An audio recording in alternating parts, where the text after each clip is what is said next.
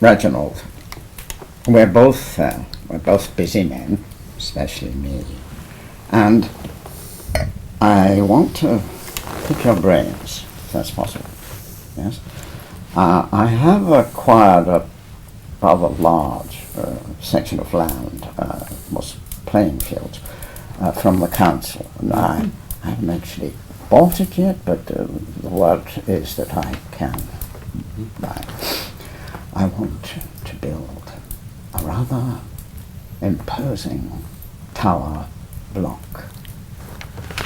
So let's just recap. You've got some playing fields, and you've realised that they're actually wasted space at the moment, absolutely underutilised, and you wish to build a premium development on it to the benefit of everyone. I couldn't have put it better myself. And basically, I know how things work in other boroughs, but Acton I don't know. And so I want some guidance on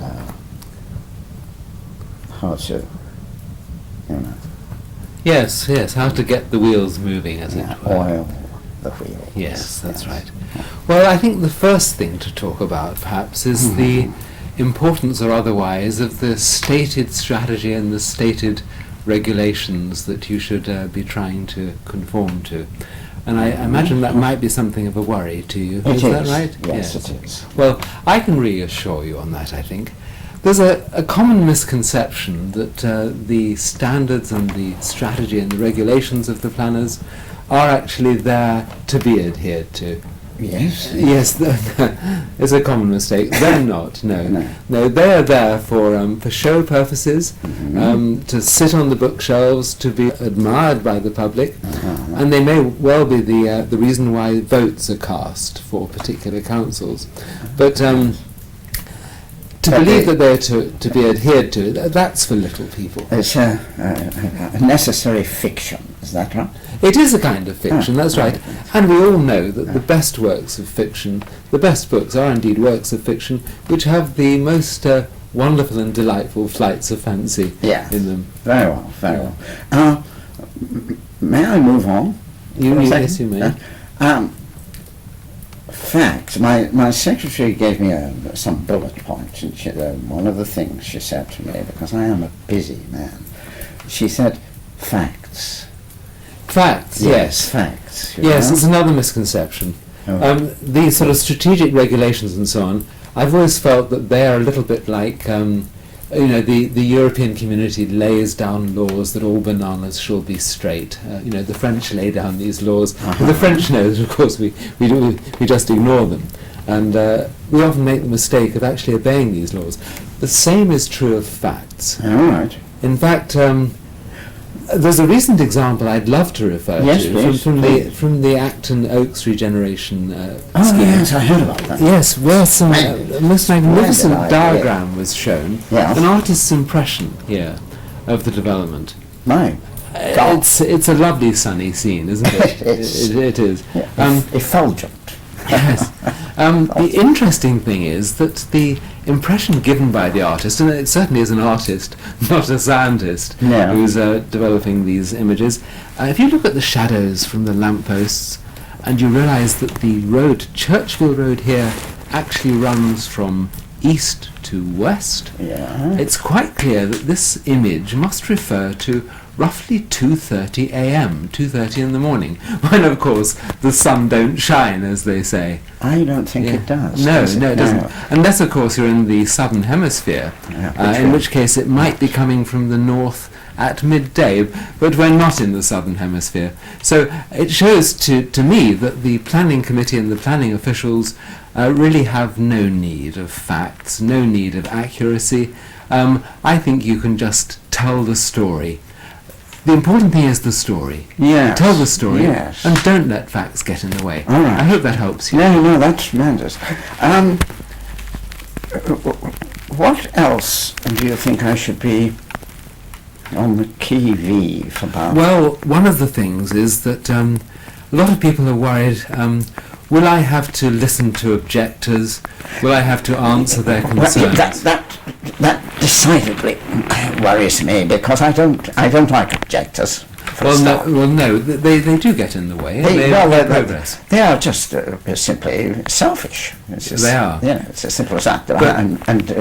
I don't like having to look at them, and I don't like having to talk to them. No, well, I can set your mind at rest on this matter. People think you have to listen to objectors. It's not true. Oh, really? No. You do have to hear them. So they have to be allowed to say their piece. And it's wise, during the period that they're saying their piece, which may be just 3 minutes or so, to nod sagely and wisely. As if I was listening. Yes, and to look concerned. I grasp that concept. Yes. I can give some coaching on this. It's some nods of the heads, yes, a concerned look. And when they've finished, you can say, thank you very much. Thank you very much. Or even, thank you very much, I hear what you say. Oh, yes. Is a good phrase. I take it on board, is that possible? Yes, you could say, I take it on board, that's right. Yes. But of course, then you don't have to answer their objections. I'll take that on board. That's right. Thank you very much, I hear you. Thank you very much, I hear you. That's right. And then you just ignore what they've said. There's no need to go any further than that. And then you just get on with doing what you wanted to do in the first place. That's a splendid concept. Yes, it is. Well done. The other worry that people often have, making submission to the planners, is, will I have to call an expert witness? Yes, that is a bit of a bugbear. It is a bit of a bugbear. My advice on this is that not quite. You may have to call a witness, but I think you may have to call the witness expert, is the way I would put it, even if he or she is not. That's my interpretation of the expert witness syndrome. So it's a sort of alternative description, really. Yes. The person isn't an expert, but you describe them as an expert, and people will believe you if you say it with enough of a serious... Yes, that's right. So it's not really call an expert witness, it's call a witness expert. Yes. And I think the most important thing is to understand whether you want the proposals to go through, and I assume you do, and whether the councillors want the proposals to go through.